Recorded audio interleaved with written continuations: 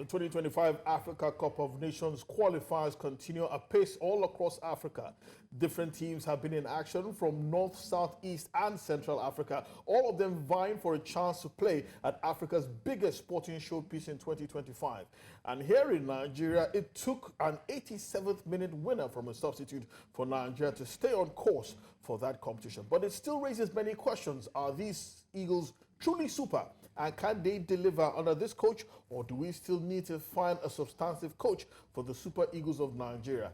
It's not a case of time will tell, but a case of results will ultimately tell. Hello and welcome to Game On tonight on News Central TV. My name is Babatunde Kweki. Thank you so much for joining us, and the phone lines will be open from the very start. We want to hear your impressions of the Super Eagles of Nigeria. Were they good enough? Were they truly super tonight, or would you really like to see them play more, more expansive, more brash, more attacking style of football? Or are they just unfortunate on the day meeting a team that was up to it and refusing to go quietly into the night? But let's know what you're thinking. The line is there on your screen at 07055727272. I would like to know where you're calling from, and also to get any sporting issues off from your chest. Might not be the Super Eagles, might be anything as well. We're also streaming live on your favorite social media handles, and of course, we will also be coming to you on channel 422 on DSTV and channel 274 on Star Times. It's a packed house tonight. All of these gentlemen pretty much cannot wait to start talking football. Let me start from my far right. Our very own Okwe Adebari comes through tonight as well. Thank you so much for coming through, Okwe. And right beside him is Favor Itwa, our DSS officer, looking particularly security conscious. It's an interesting tonight because we're actually talking about security issues just before we came on air. But right beside the Favor Itwa as well is our very own Wale Adigun, Mr. Diggs, who is also the sporting director of Ughelli Rovers, and he was also telling us a particularly harrowing tale of his trip somewhere in Nigeria that had family members calling, basically inquiring about his safety. Well, we're talking about that because, of course, we're still mourning the passing of one of the crew members, one of the, camera crew members who were expected to go and cover the Super Eagles match. He died. I'm not sure exactly how he passed away. Some said he was caught in a crossfire between an exchange of bullets by kidnappers and security officials. Some say he was killed by the kidnappers as well. We're not quite entirely sure, but we're still mourning the loss of this gentleman who died in really unfortunate circumstances. But his colleagues were released. We heard that there's still some missing, and the security officials are on their trail. But gentlemen, thank you so much for coming through tonight. It's a great night to talk football because the Super Eagles of Nigeria pretty much did the job. They huffed and puffed, but eventually did what was expected of them, right? Yeah. Well, they got the 3 points. I think that's the most important thing. Looking forward to the return fixture now. Hopefully, the coach has learned from the way this game went. I would like to think that he has learned from every game that he has taken charge of. But I expected to see better things. But nevertheless, getting the results is the most important thing. And I hope that the Super Eagles are a bit more impressive and convincing come the return fixture in Libya. Yeah, well, I beg your pardon, Wale and Favor, we're talking about how harrowing it can be traveling across Nigeria, especially during the course of carrying out this business of sports journalism. It's not easy flying by air. The prices are almost cutthroat now. A return flight to almost any part of Nigeria is well into 300,000, 350, 400 at times. It's really, it's not easy. So it's hard when you see these things happen and you find other journalists going on social media or going on air, castigating their colleagues, asking them why can't they fly. You begin to wonder, do we live in the same country at all? It's really sad, Babatunde Kweki. I mean, you look at Nigeria of today, it's a situation whereby lots and lots of journalists, you and I, can no longer do what we used to do. In 2017, flight tickets between Lagos and New York was around 17,000 in 2017. True. Fast forward to now, you want to check, you are seeing 150,000 to fly from Lagos to your return ticket close to 300,000 naira. And you look at also paying hotel bills and everything, you are closing 500,000. And the question is, what are the returns when you invest all of this in games like this? For instance, our colleagues, before now, the roads were a bit safe, not like it was totally safe, but you can't even travel in Nigerian roads today and keep your eyes closed. You have to be looking at the next checkpoint? Is it members of the police force? Is it kidnappers? You start looking at a lot of things, and you can't even.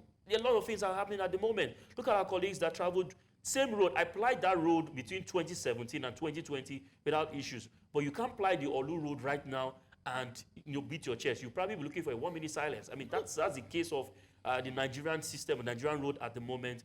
No security issues and not being able to afford what was affordable in the last 4 years. Well, it's interesting to note that, Favour to actually cover the Africa Cup of Nations earlier this year, and quite a number of journalists left Nigeria via the West African highway all the way to Cote d'Ivoire. None of them ever encountered any kind of security challenges, but within Nigeria, people who say that you're probably playing dice with your life. Oh, yeah, I agree. And if you remember, a couple of weeks ago, we were having a conversation about how, a throwback to when the roads were so safe that you could take the map of Nigeria without the Google map and crisscross the whole country on road trips. Yeah. You could probably even park your car somewhere, have a picnic, and your car could probably break down, and you have people stop by and probably help you fix your tire, fix your car, or something like that. And it's a far cry right now. It's a sad tale that our roads are not friendly again, not even at night, even during the day. I mean, you're flying Lagos Ibadan, you're coming to Lagos, and they'll tell you once it's 6 o'clock and you're still on that road, probably stop by Ibadan and wait till the next day and start coming down to Lagos. That is how bad it is.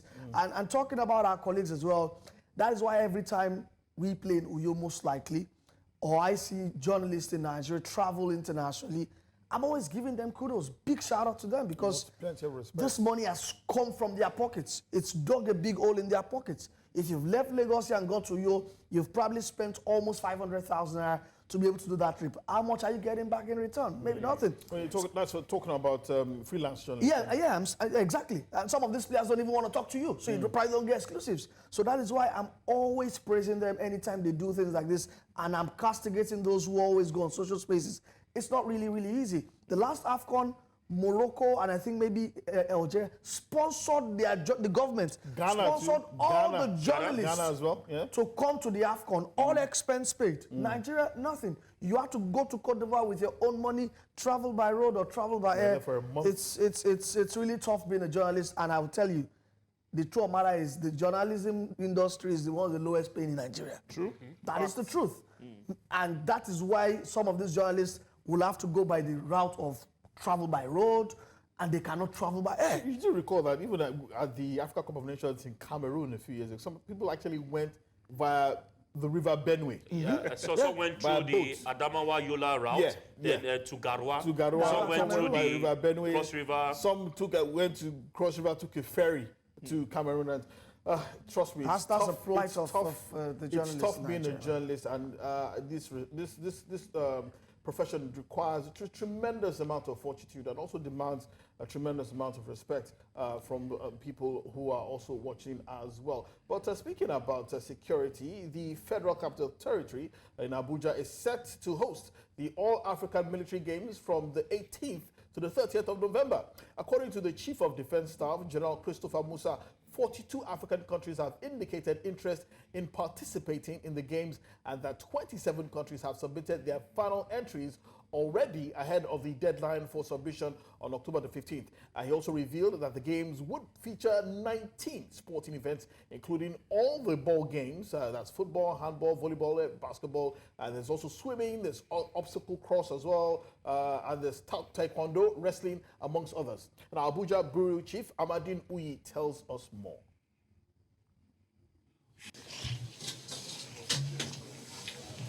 It was a World Press briefing informing citizens about the upcoming All-Africa Games being hosted by Nigeria. As Chief of Defense Staff, I'm pleased to announce that Nigeria will host the African Military Games, a prestigious event that brings together military personnel from across the African continent to compete in various sporting disciplines. This event, which is scheduled to hold from the 18th to 30th November 2024, presents a unique opportunity for our armed forces to showcase their skills, foster camaraderie amongst participants, and strengthen military cooperation and partnership. It is also another means of our non-kinetic operations. The Defense Headquarters says that preparations are in top gear to ensure that their games are a success. They also add that it will enhance collaboration among African militaries. Already we received 42 African countries showing their interest to participate in Africa, in Abuja. And by today we receive almost about 27 final entry of our members that are coming to Abuja. And what is more interesting in this event is all the Nigerian neighbors are participating in this championship. We have Niger is coming. We have just received the entry list from Niger Republic. We are receiving entry. We have received entry from Mali, from Burkina Faso, from Benin Republic, Chad, and Cameroon. The theme for these games is enhancing military cooperation in Africa through sport. And the main objective is to foster the already established relationship among militaries in Africa, and also to enhance our preparedness and cooperation in order for us to, not to go to war, but for us to enjoy playing together in the field of sport for, further improving our military cooperation among African nations. The FCT minister, acting as the chief host, assured the military that the FCT administration will support efforts aimed at ensuring their games are a success. On the part of FCT, be sure that we are going to give all the necessary support and make sure that security is tight in the FCT. We're already working at that with all sister security agencies to liaise with the local organizing committee that will have a hitch-free occasion. About 1,725 officials and athletes have registered for the games, with 3,000 officials and athletes expected in total. 19 sporting events, including combat sports and others, will be contested during the games. In Abuja for News Central, I am Amadine Uyi. Well, the most interesting part of that report for me was where the FCT minister, Mr. Nyesom Wike, was actually promising security for the soldiers. Now, that was absolutely. I couldn't help but laugh, gentlemen, but I don't know what you think about that, Wale. That he's actually promising security for soldiers. It's like saying water is wet.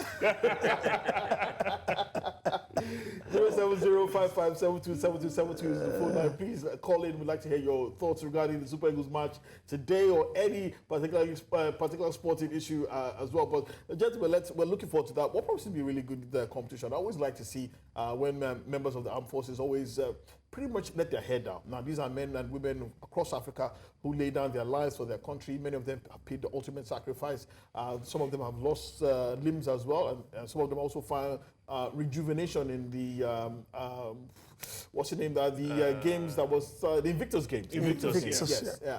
But these ones are still able-bodied and willing and able to participate in this game. So I think it's a worthy idea. Back in the days, we used to have members of the military who actually were good enough to actually even play for their national teams. And even in some countries, I do believe that military formations do own sporting teams, own football teams. Yep. There's the Green Buffaloes in Zambia. Dodon Warriors. Dodon Barracks. Dodon Warriors. FAR Rabat is actually. Police APR, I think in Rwanda. Exactly. So it's really good Niger to see. Customs as well. Niger Customs. Well, we're sticking with the military anyway. Yeah. But it's really good to see that these militaries at some point in time have the time or just even the space to even engage in something else rather than warfare.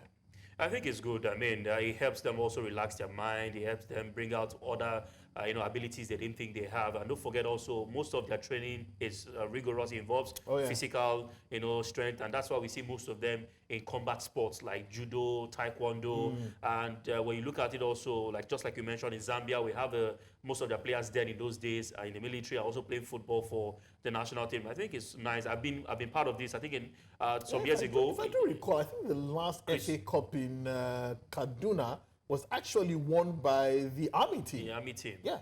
So it's fantastic. I mean, I witnessed one of the combat the military games in Uyo. They used Uyo, the Army. They had to invite the police and the NSCDC, and they did a relay race holding their rifle. And it was interesting to see that. Sorry to cut you short, Favor. We actually have a phone call right now. Suleiman from Mina joins us tonight. Hello, Suleiman. Thank you so much for joining on Game On tonight. Good evening. Good evening. Good evening. What's on your mind? Yes, I watched the match live. Okay. So what did you think of the Super Eagles' performance? What I saw of the match is that we are improving game by game. The coach frequently tries to really be good, especially with the introduction he made in the second half. My only problem is from Iwobi. His passes are wrong. All his passes are wrong. And the other man, our number 9, he is not doing so much today. And the coach kept him on until he made those 3 fantastic things that we got today. Anyway, we expect a better outing next Tuesday. We thank them for giving us something to be happy about in Nigeria. Thank you very much.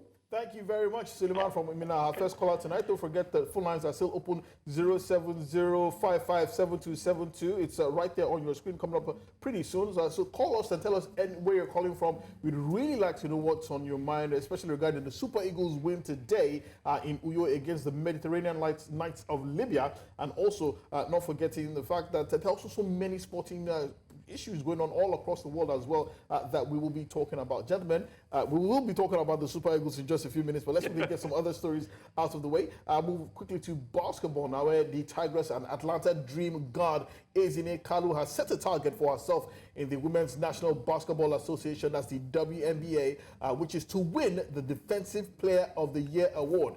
Now, the 32-year-old who had a sterling 2024 Olympic Games in Paris, helping Nigeria reach the quarterfinals, the first Pan-African country, recently realized her dream of playing in the WNBA when she joined the Atlanta Dream. By so doing, the New Jersey-born player became the first black athlete from a historically black college to play in the WNBA in over 15 years, a feat she celebrated with a statement on her X handle on Thursday. Now, that's really, I think it's a really great aspiration, but when you look at the fact that she's not exactly the tallest of players, right? I mean, there's so many players who are way into their 6'4", 6'5", 6'3". It's a tall order, but is it possible? Of course it's possible. That's why there's Chris Paul. That's why there was Allen Iverson. And, people like that have shown that, first of all, you need to be technically gifted. And you need that X factor, so to say. And I think for her, her X factor has to be her drive, her motivation. She's got this very energetic spirit that is very, very contagious. She has a way of filling her teammates with energy, and she's very dogged on the court. And I think she was a live wire for the Tigress. She was a major reason why we did so well. And look, in the game against the USA, the kind of attitude she brought to that game. Oh yeah, I absolutely loved it. It was really personal. And I love her trash talking. I'm not going to repeat some of the things she says on the court, but of course not. But trust me, she knows what she wants, and I know that she will do everything possible to hit that target. Well, Wally, your impressions? Oh man, I mean, she's a fantastic player, no doubt. We saw that at the Paris games, and the WNBA is a different kettle of fish. I mean, the quality there is outstanding, and she's up against the creme de la creme. But the good thing here is that she also plays for a decent side that can always help her numbers. And you like it in American sports about the numbers game. And she made it into the play. Her team made it into the playoffs. Anyway, yeah, so it's a numbers game. So if you can get those numbers, then I think that it is very much feasible for her. And she's one player I'm always rooting for. So let's see what she brings this season. I think the WNBA season started yesterday. No, actually, the playoffs, the finals, they're into the finals as well. Yeah. I think it's the Minnesota Lynx versus, I think it's the Lynx were in action yesterday. The Lynx and Liberty, they're in the finals. So we're looking forward to who will be crowned the new champions of the ongoing WNBA season. To athletics now, and Charles Kipkurui Longat, winner of both the Barcelona and Lisbon half marathons, has received a 2-year ban for violating anti-doping rules. The 28-year-old was given the ban by the Athletics Integrity Unit after testing positive for the prohibited substance furosemide, which is a diuretic commonly used as a masking agent. Now, Longat's positive test came in an out-of-competition urine sample in Iten, Kenya, on the 6th of August 2024. The Kenyan, who boasts a personal best of 26 minutes 57 seconds, 45 minutes 14 seconds, and 58 minutes 53 seconds over the 10-kilometer, 10 miles, and half marathon, respectively, admitted to unknowingly using the banned substance, claiming a doctor advised him on it. And Longa stated that he was suffering from inflammation since September 2023 and subsequently sought medical treatment in the Netherlands in April 2024. Well, I don't know how that's going to turn out, but he's looking pretty much hoping that should be able to save him, but apparently the Athletics Integrity Unit thought otherwise. Don't forget that the phone lines are still open, 070-5572-7272. That's the line that you can call. We'd like to hear whatever you're thinking regarding the Super Eagles' performance today against the Mediterranean Knights. It was a really, really tough game. Required an 87th minute winner by Nigeria in order to get something out of that game.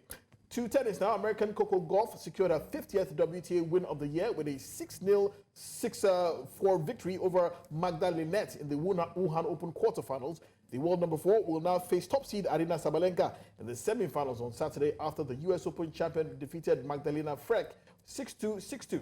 Gauff made 8 double faults against Poland's Linette, but was dominant in her opponent's serve, winning 14 of 21 return points in the opening set. Meanwhile, two-time defending champion Sabalenka extended her unbeaten record in Wuhan to 15 matches. The 26-year-old Belarusian hit 42 winners in 16 games against Frech of Poland, securing victory in 1 hour and 23 minutes.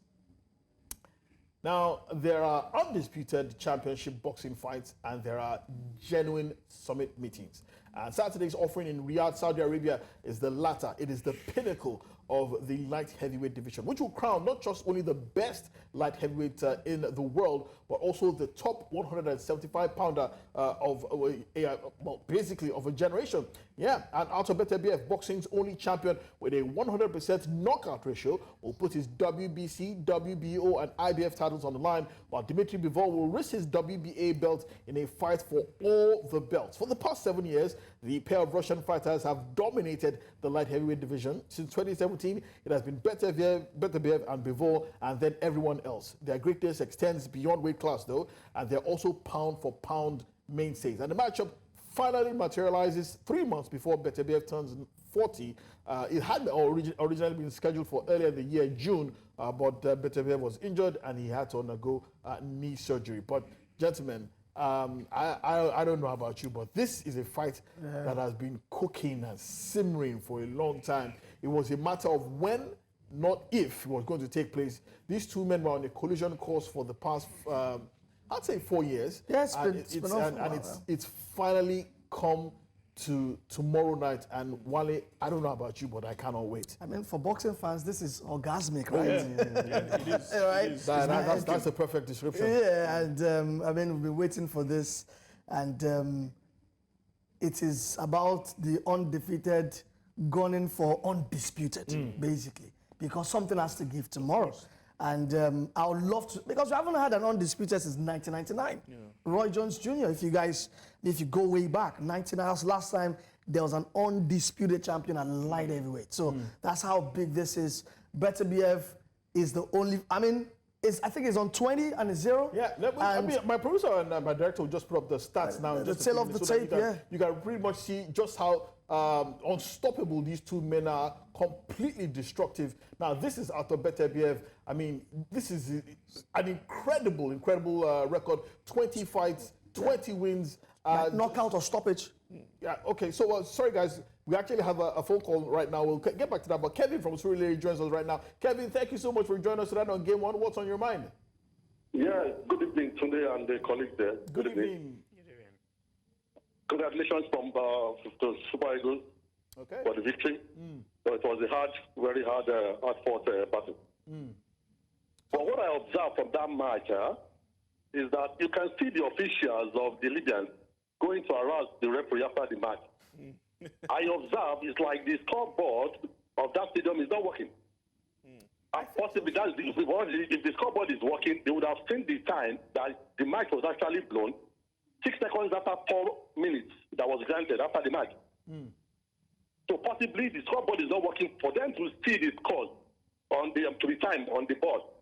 And this is my message to the NFL. They need to fix all the facilities and all this our stadium we are using for qualifiers, especially when with our situation in the World Cup qualifiers, the current situation we find ourselves. Because that scoreboard And the VAR is going to help us on the long run. Look at the match we had against Ghana. We World Cup qualifier at Qatar. If not for the scoreboard, the VAR, probably we wouldn't have gotten that penalty against Ghana. And of course, our referee, our goalkeeper messed up the whole thing, and we lost that match, or we drew the match. So they need to fix the VAR in that stadium so that it can help us in our match going forward. So that there won't be any excuse for us not to be at the World Cup. Okay. That's just my observation. Thank you. Thank you so much for calling tonight, Kevin. It's very, very important. Thank you. Thank you. Guys, I think you want to respond to that. I just want to quickly say something. First of all, the stadium has a functioning scoreboard. I don't think it was working today. But let's not also forget, every coach, most coaches have their watches, and once the game starts, they have a stopwatch. They just set their stopwatch, and okay, then... let's unpack things from the start. First and foremost, the facilities are not under the purview of the Nigeria Football Federation. Of course, they are owned by every state government, especially in this particular case, the Akwa Ibom state government. So they are the ones who are actually going to put it in perfect working order. But then we have a match commissioner to ensure that everything checks everything is in in place. From CAF, not Nigerian. No, CAF, from CAF. Yeah. He also, and then also we have the host FA under the, whether we like it or not, NFF are the one hosting the game, in as much as we know that it's hosted in Akwa Ibom State. It's not a case of whether we like it or not. That's the fact. So then again, the scoreboard. One thing is, it's very, very high up there. And every now I watch the game live at the stadium, it comes up. I don't want to think that the scoreboard is not always There up. have been a technical issue So it could be a technical issue. And then let's also forget the antics of the Libyans, of the North Africans. Generally, they know how to call for times, and then... But another thing that must also be said very clearly, maybe the Libyans don't understand that, when the board is raised, it means a minimum. Yeah. So if it's 4 minutes that is raised, or 6 minutes, it means a minimum. Libyans know this. Of 4 I've always said it. The only arbiter of time in a football game is the referee. He chooses to extend it. He chooses. Remember our Zambian referee at the AFCON. He is the arbiter of the time. It's left for him to go and defend it with CAF. Why is giving minimum or maximum? Okay. So that is it. And the caller mentioned VAR. Okay. There's no VAR now in the AFCON qualifiers. Yes, there's no VAR. Very clear. So there's really nothing, because if there was VAR, that issue regarding a goal we'll talk about that. And then in Rwanda goal, Nigeria scored in Rwanda, the last qualifiers. Which was a good goal. Okay, so we'll talk about that, all that and more after the break. But don't forget, we're looking forward to that super fight tomorrow between Beterbiev and Beterbiev for the undisputed light heavyweight champion of the world. It goes down in Riyadh, Saudi Arabia tomorrow. You're still watching Game On. We'll take a short break. When we return, we'll be talking about that Super Eagles match and much more. Thank you so much for staying tuned. You're still watching Game On here on News Central. Don't forget the phone lines are still open, 070-5572-7272. Please tell us what you think of the Super Eagles' performance today in their Africa Cup of Nations qualifier against Libya. They won, but could it have been better? And which players particularly stood out for you? Just tell us what you think about Nigeria's performance in today's game. Speaking of Super Eagles players, the Super Eagles legend, Sunday Olise, today shared pictures of himself and members of his family at the graduation of his first and only son, Denzel Olise. Olise shared pictures of his family members on Denzel's postgraduate school graduation. He completed his master's in social science at the Université Libre de Brussels. A former Super Eagles captain, Olise enjoyed a very fulfilling career playing for some of the biggest clubs in the world, like Ajax, Juventus, Borussia Dortmund. He's currently 50 years old and he's married to a Moroccan, Hafida Olise. Together, they've been together since 1994, and the couple have 2 children, Denzel and Shanice. Denzel played football when he was much younger, but there was even back then there was a debate whether he would play for Nigeria or Morocco or Belgium. Apparently, it seems as if football didn't work out, but he's now pretty much a master's graduate, so congratulations to him. I feel so old all of a sudden because I actually watched that 1994 Africa Cup of Nations every single game. And I do recall that it was at that tournament that Sunday Olise and Daniel Amokachi met their wives. Who were Moroccans. They told that story. That tournament actually took place in Tunisia, but they met 2 Moroccan ladies who they married at that was 1994, how many years on?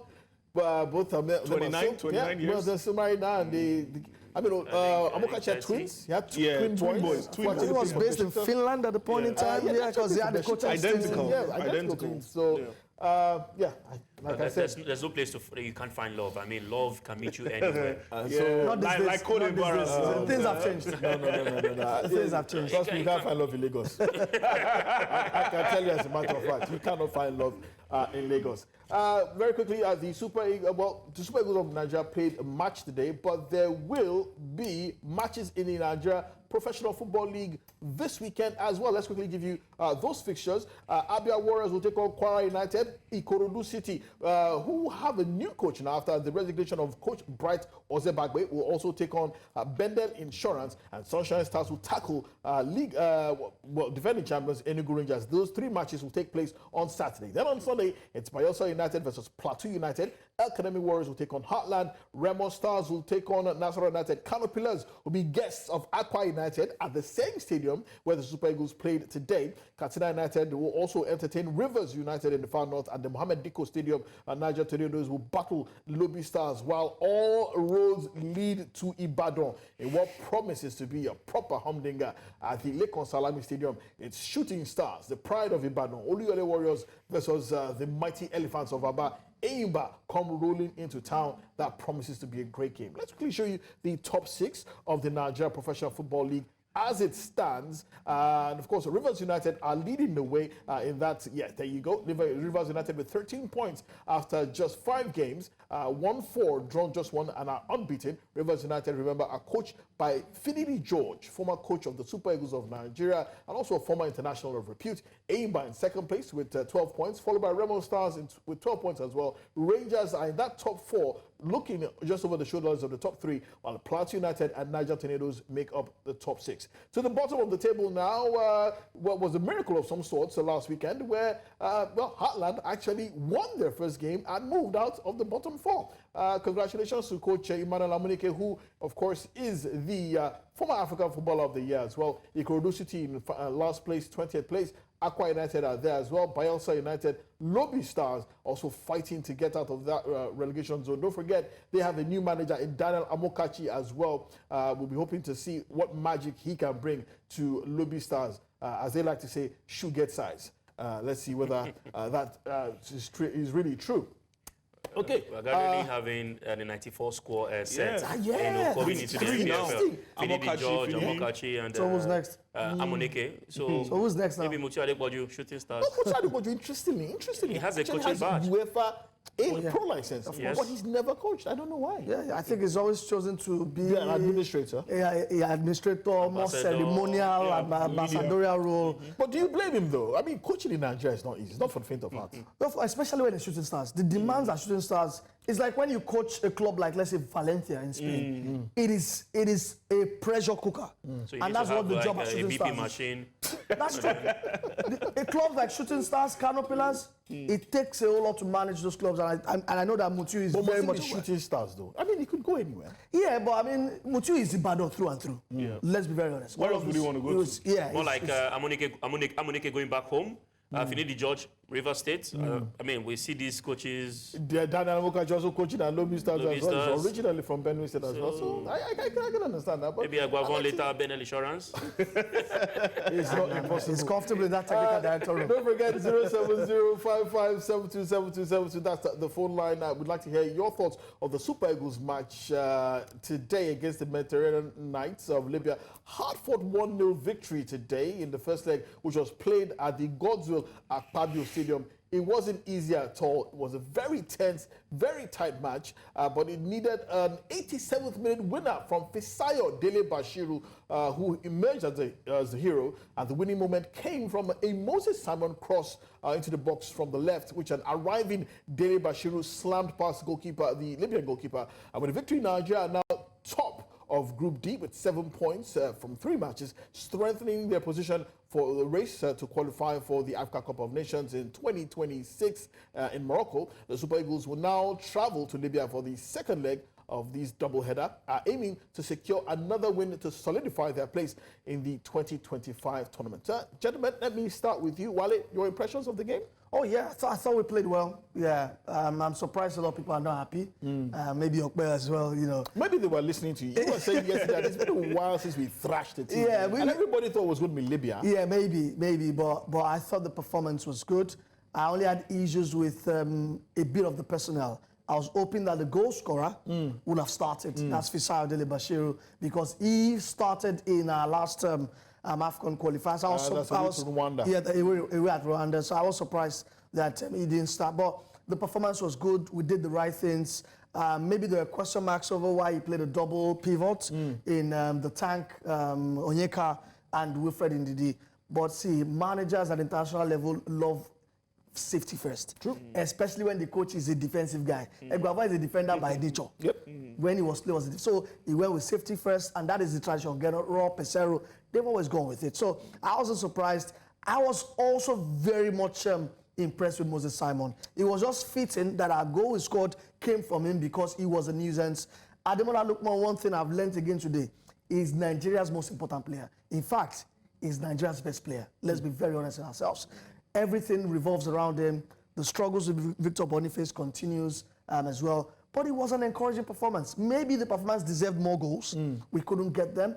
But a 1-0 win shows that we're knocking on the door, and we deserved a full value for the 3 points. Okay, Favor, Victor Boniface, a striker of immense reputation in the Bundesliga, seems to struggle when he comes to play for the Super Eagles of Nigeria. Why is that? And there are also calls for a lot of people who are saying that, Chidera Ejuke, who is actually one of the finest players in the Spanish La Liga over the last few months, his ability to open up defenses who play in a low block has also been really great to watch.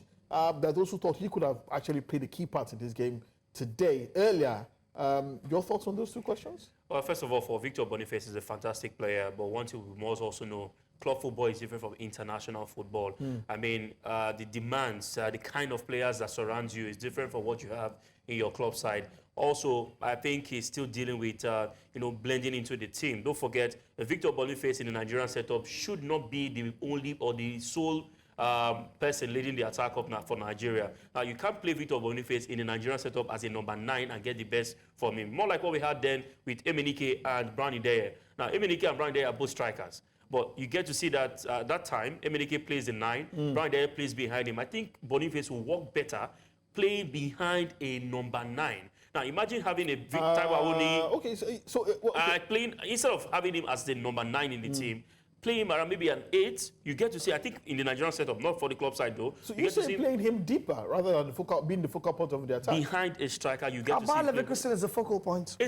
That's the interesting thing. Yeah. He's the focal point of the attack. He has for Anviets playing the Ademola Lookman role. Victor Osimhen has set a standard that it's a tall drill for strikers to fill in. Now, we know the absence of, many of them may not be able to hustle or play like Victor Osimhen, but at least imagine having him in a 4-4-2 formation, playing him side by side, maybe with, of course, a Taiwo Awoniyi. I think he will do better playing with Victor Osimhen and playing alone as a striker in the box. So, that's an interesting question, though. Is it easy to play two top strikers together in the same formation? It could come across as top-heavy. Now, look at England, for example. You never see Ollie Watkins and Harry Kane play together. Yeah. Right, you never see... unless it gets desperate. Exactly. Yeah. Maybe, you're throwing the kitchen sink at your position. So, do you agree with Favor that, he shouldn't be the focal point, he should be paired with someone, or should he play an entirely different position? So here's my take. If you're playing him as the sole striker, play him alongside creative midfielders. Like you said, Bayer Leverkusen, he plays with Jonas Hoffmann and Florian Wirtz. So who are the creative midfielders in the Super Eagles? Play him with Fisayo Dele-Bashiru and Alex Iwobi behind him. Not typical out-and-out wingers, because they will leave him alone in the box. And Victor Boniface is not your pinpoint target man. He's someone who loves to play with his teammates. He loves the link-up play. That's his best attribute in my own opinion. So he's always looking for the spaces in between. So you're not always going to find Victor Boniface in the box. We saw that a lot in the first half. Then again, he can play with another striker. We saw that under Pesero initially when Pesero started with a 4-4-2. He linked up with the likes of, Terry Murphy and Victor Osimhen as well. So it is possible for Victor Boniface to play with a second striker. Someone who is more of a pinpoint striker like Victor Osimhen or, Taiwo Awoniyi, for example. So for me, it's really not difficult. Two attacking midfielders, that's not going to happen under... So what is then behind them? A proper midfield structure. Yeah. If you have probably Onyeka and Raphael Onyedika playing in that double pivot in a 3-4-3, why not? But I also think that we are not having the Victor Boniface problem. He's playing well. let's be very let's be very, very honest. Victor Boniface is playing well. Is linking up with Ademola. We saw that. I mean, there was one that almost led to a penalty. I think the referee waved it off. He's getting into the right places. It's just not scoring goals. The penny will drop at a point in time for him.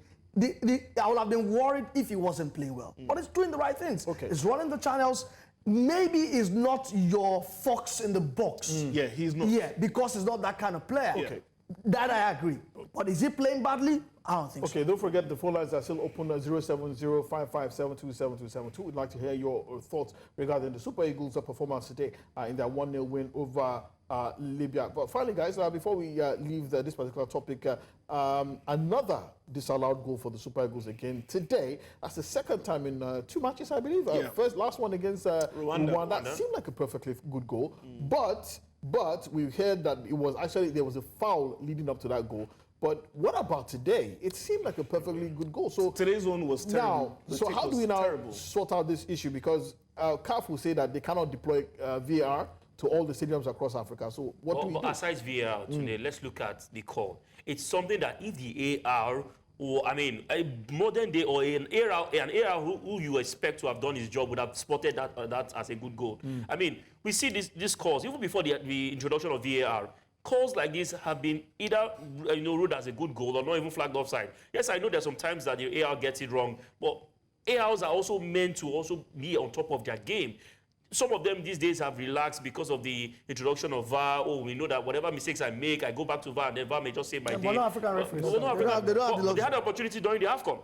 They had opportunities during the AFCON, the last AFCON, even the AFCON before then. No, they had. AFCON was actually pretty good in terms of in fact, it became like a global sensation. I think they should also improve. I mean, if there are things they can do better, because that offside was really very, very clear at first sight that, I mean, Ademola Lookman was not on an outside position. I know, yes, VAR should be introduced, but we can also do better with our positioning. Okay, don't forget that the Super Eagles will be playing a return against Libya next week, Tuesday, I believe, where they'll be traveling to Libya to play in a city called Benina. Never heard of that one before. Matches were played all across Africa today in the Africa Cup of Nations 2025 qualifiers. Let's quickly give you results of some of those games. Equatorial Guinea defeated Liberia by a lone goal. Mozambique and Eswatini also played out a 1-1 draw. Zambia played out a goalless draw with Chad. Madagascar were held to a 1-1 draw at home by Gambia. Benin Republic thrashed Rwanda by 3-0. Kenya, were hammered 4-1 by Cameroon. Egypt also decisioned the Mauritania by 2-0.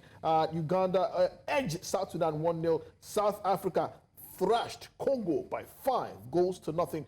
There's some matches currently going now. It's almost halftime in those games. Angola leading Niger Republic 1-0. Gabon and Lesotho is currently goalless. Ivory Coast, champions of Africa, are thrashing Sierra Leone by 3-1. Mali are also leading Guinea-Bissau 1-0. Senegal are 4-0 up against Malawi. It's almost halftime, while Tunisia, believe it or not, are losing 1-0 at home to Comoros. And it's almost full time.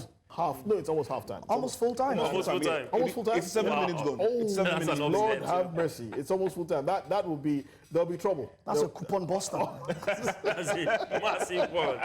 Oh wow. That's going to be interesting. Well, don't forget there are also matches currently being played across Europe as well, in the UEFA Nations League as well. And there were also FIFA World Cup qualifiers yesterday. But let's tell about the UEFA Nations League. Bosnia lost 2-1 at home to Germany, while Hungary and Netherlands played out a 1-1 draw as well. Turkey also defeated Montenegro 1-0. Iceland played out a 2-2 draw. Wales lost a 2-0 lead. Yeah, incredible. Ukraine edged Georgia 1-0. Georgia did brilliantly well at the last Euros. And Czechia, formerly known as Czech Republic, defeated Albania by 2-0 as well. Okay, Estonia also defeated Azerbaijan 3-1. Slovakia played a 2-2 draw with Sweden. Yeah, very good. Let's quickly also tell you that Norway striker Erling Haaland has set another record. He's now the top all-time leading goal scorer for Norway. He scored twice in their 3-0 Nations League win over Slovenia, captaining the side in the absence of Martin Odegaard. Basically, it wasn't bad actually, and he's overcome the likes of Ole Gunnar Solskjaer, Tore André Flo, or even Leon Hansen to become all-time leading scorer with 34 goals. We have Friday from Ibadan. Friday, what's on your mind? Good evening. Good evening, Friday. Thank you for joining us on Friday. Why is it that VAR is being used in Europe and VAR is not being used in Africa. Why? Thank you. Gentlemen, you UEFA want to Nations answer? League, I don't think... The VAR, There is there's VAR. VAR. no? There's Okay. VAR. The reason it's for Africa, like you've said, it is no. expensive. but most importantly, FIFA, I've said it on this show a couple of times, they've created what they call the VAR Lite. It's a lesser version of VAR. The bigger version requires multiple cameras. With VAR Lite, you probably have 4 or 5 cameras, and you're like fine. the one Propel uses? Yes, but VAR Lite is being used in the Egyptian Premier League, the Moroccan Botola, Tunisia even in as the well. South Africa PSL as well. So it's time for CAF to also embrace something like that. I totally agree. And it's also time for us to take Stakewise. If you're a big fan of betting, don't forget to stake wisely. In the Nigerian Premier Football League, Shooting Stars versus Eimba, it's over 1.5. Morocco versus Central African Republic in AFCON qualifiers, it's Morocco to win. In the UEFA Nations League, Poland versus Portugal, both teams to score all over 2.5. Spain versus Denmark is Spain to win. In South America, it's Peru versus Uruguay, which is over 1.5. Remember to always stake wise, and this is not for persons under the age of 18. Well, that's Stakewise. Don't forget, it's put together by the team here at New Central. Pretty much picking out the key games that you should look out for this weekend. And don't forget to stake wisely. Thank you very much, Okwe Adebayo, for coming through. Favor Itwa, Wale Adigu for coming through as well. And a great night for Nigerian football, winning 1-0 at the Gosola Kwabio Stadium. And also keeping pretty much in the race for the 2025 Africa Cup of Nations. And also to the people behind the scenes, thank you so much as well. But before we go, in one of the most extraordinary and head-scratching moments in football history, the 1994 Caribbean Cup qualifier between Barbados and Grenada became a showcase of chaos and one of the strangest rule exploits ever seen on the pitch. The tournament had a rule that stated that matches won in extra time were worth 2 goals. So Barbados found themselves in a desperate situation late in the game, needing to win by 2 clear goals to advance. Leading 2-1 against Grenada, they faced elimination. So instead of trying to score another goal in regulation time, Barbados deliberately turned and fired the ball into their own net, tying the game at 2-2 to force extra time, where they could pursue a 2-goal advantage if they won. And as the match entered the bizarre phase, Grenada realized what Barbados were trying to do and also tried to score both in their own goal and Barbados net in order to end the game in regular time. And what followed was a surreal spectacle where Barbados, now defending both goals, managed to hold on until extra time. And once the additional period began, Barbados capitalized on the quirky rule, scoring the decisive goal to win 4-2, meeting the 2-goal margin that they needed. And the match went down in history not only for its unusual ending, but also as an example of how an obscure regulation can completely alter the dynamics of a game. Well, I hope we've also altered your dynamics this evening, bringing you Game On. It's been fun. It's been entertaining. The show returns on Monday, but don't forget, we have In The Game at 11 a.m. on Saturday and Sunday. Join the crew here, bringing the best of sports from all across the world. My name is Babatunde Koiki. Wish you a fantastic weekend. We'll see you on Monday.